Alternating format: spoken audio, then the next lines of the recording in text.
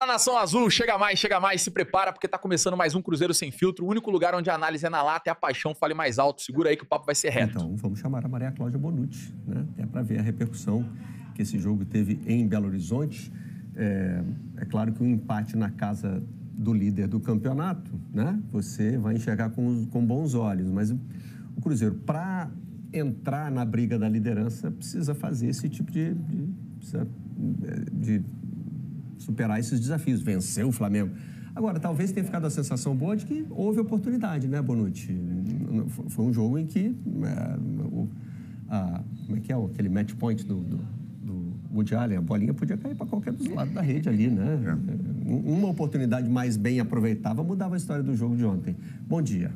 Tudo bem, Barreto? Bom dia para você, Gavan, Garambani, todo mundo que está com a gente aqui no Redação. É isso, assim, foi um ponto muito valorizado pelo técnico Leonardo Jardim, pelos jogadores do Cruzeiro. Inclusive, no fim da partida, né, o Cássio, que a gente ouviu agora há pouco, e também o Matheus Henrique, ali na zona mista, o próprio Leonardo Jardim na coletiva, eles utilizaram o mesmo discurso, assim, a mesma frase eles repetiram, né, que é quantos times nesse Campeonato Brasileiro vão conseguir tirar 4 pontos do Flamengo. Lembrando que o Cruzeiro venceu, né, o jogo de ida por 2-1, o jogo do primeiro turno por 2-1 no Mineirão. Então, assim, eles valorizaram muito esse ponto conquistado fora de casa. É claro que 5 pontos, se né? tivesse 4 pontos, né? 3 pontos da vitória, agora 1 ponto do empate.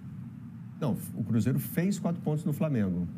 Isso. São essas lógicas malucas da matemática do futebol. O Flamengo deixou 5 pontos dos confrontos com o Cruzeiro, só fez 1, né? É isso. E aí eles falaram muito em cima disso, assim, que se por um lado, né, uma vitória, claro, colocaria o Cruzeiro muito mais vivo ali na briga pelo título, uma derrota poderia ter tirado de vez o Cruzeiro dessa briga, porque aí abriria 7 pontos com o Flamengo com um jogo a menos. Então, assim, esse empate mantém o Cruzeiro vivo e acho que mais do que isso, né, a postura do time, a forma como jogou ontem, mostra que o Cruzeiro tem capacidade para seguir brigando ali na ponta até o final do campeonato.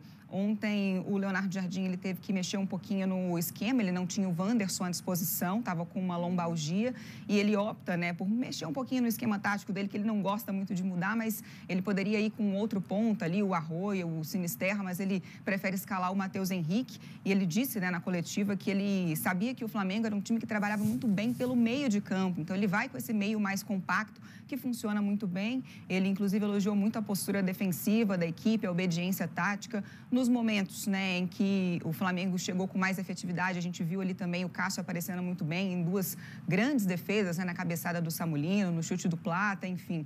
Então, de forma geral, foi um empate muito valorizado, sim, pela equipe do Cruzeiro. E, mais uma vez, né, eles fazem questão ali de, no final da partida, também ressaltar que a briga do Cruzeiro, assim, o principal objetivo na temporada é a vaga na Libertadores. E isso, né, no meu entendimento, está até bem encaminhado. E a questão do título, eles vão pensar jogo a jogo, né? Cada partida que passar, eles vão ver até onde dá para chegar, Barreto. A entrevista do Cássio a gente mostrou aqui na abertura do programa. Boa noite. Vocês aí sabem de quem que ele está reclamando? Quem é que diz que o Cruzeiro está desrespeitando o Cruzeiro? Enfim. Também não sabemos, Barreto. Ele deixou muito em aberto, né? Ele fala, ouvi algumas coisas, mas não fala de onde, enfim. E a impressão que deixou pra gente aqui, até conversei com alguns colegas hoje cedo sobre isso, é exatamente a que vocês tiveram, assim, que ele gostaria que a campanha do Cruzeiro fosse mais valorizada justamente por estar brigando, até nas palavras dele ali, né, com 2 equipes, Palmeiras e Flamengo, que fizeram investimentos muito altos, maiores que do Cruzeiro, e que já há 5, 6 anos vem fazendo grandes campanhas. Então, assim, que não se esperava que o Cruzeiro fosse estar brigando, né? Acho que no início da temporada ninguém colocava o Cruzeiro como um candidato ao título e está brigando, né, nessa altura do campeonato, apresentando um bom futebol, fazendo bons jogos, fazendo um jogo como fez contra o Flamengo ontem, né, dentro do Maracanã, com mais de 70 mil pessoas, sem deixar o Flamengo ser protagonista, assim, tomar conta da partida em nenhum momento. Eu acho que foi mais nesse sentido, assim, mas para quem exatamente a gente não sabe. E também, assim, vamos lá, né? O Cruzeiro não é um pobrinho que está desafiando os 2 primos ricos do futebol brasileiro. Né? Teve investimento. Ele até diz no trecho que a gente rodou aqui, o Flamengo e o Palmeiras estão fazendo um investimento alto há mais tempo. Verdade. O Cruzeiro, agora que teve um aporte maior. Mas também não é assim, né?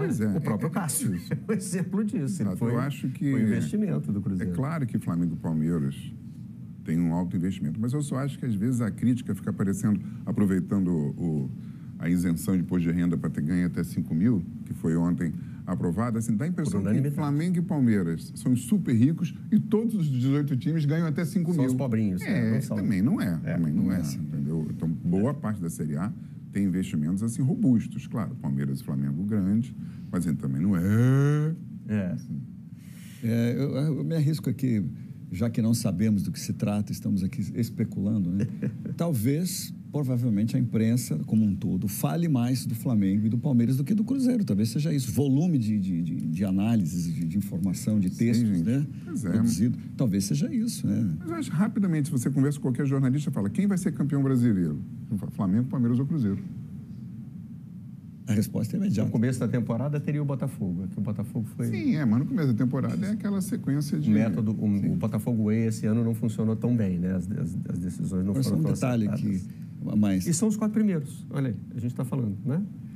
Deixa eu falar pela ordem aqui para não ofender ninguém. Flamengo, Palmeiras, Cruzeiro e Botafogo.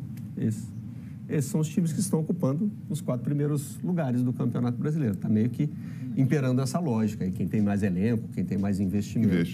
Né? Ali, né? Tá lá na frente. Tá lá. O ponto fora da curva é o Mirassol. E ganha até 5 mil. Esse sim. Mirassol. Esse tem isenção do imposto de renda. Isenção de imposto de renda. Agora, um detalhe importante, que não é um detalhe, né? 2 times com as melhores defesas se encontraram, né? É verdade. 0-0. É verdade. As melhores defesas do campeonato. Alguns dos melhores ataques e as 2 melhores defesas do brasileiro. Então, acho que isso também justifica um pouco o 0-0. Defesas ganharam muito do boas, Real, né? Sobretudo a do Cruzeiro, né? Que Vamos suportou essa aproveitar para ver os treinadores, então, sobre a partida. Aliás, mais uma mensagem chegando do Gato Mestre. Os 4 primeiros colocados têm as 4 melhores defesas. Então, isso, aquela história de que ataque ganha jogo e defesa ganha campeonato, né? Tá fazendo sentido. Vamos rodar os treinadores falando sobre a partida, então.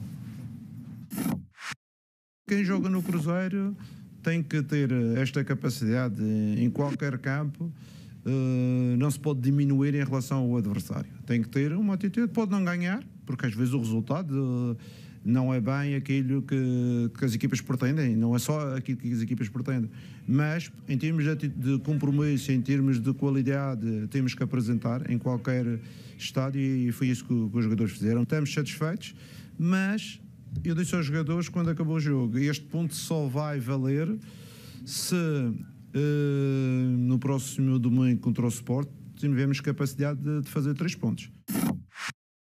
Eu acho que foi um prêmio viver um jogo desse nível hoje do banco de reservas ali. Foi um jogo altamente tático, muito estudado pelas 2 partes. Foi um jogo muito intenso, mas uma intensidade europeia e difícil quando é primeiro contra segundo até então. É claro, sempre é altíssimo nível e a balança sempre pode pender para qualquer um dos lados. Hoje é um resultado absolutamente normal, primeiro contra segundo. Acreditávamos que poderíamos ganhar, fizemos um jogo para vencer, tivemos muitas chances, eles também tiveram as suas chances, um jogo muito aberto. Infelizmente, não conseguimos os pontos que precisávamos.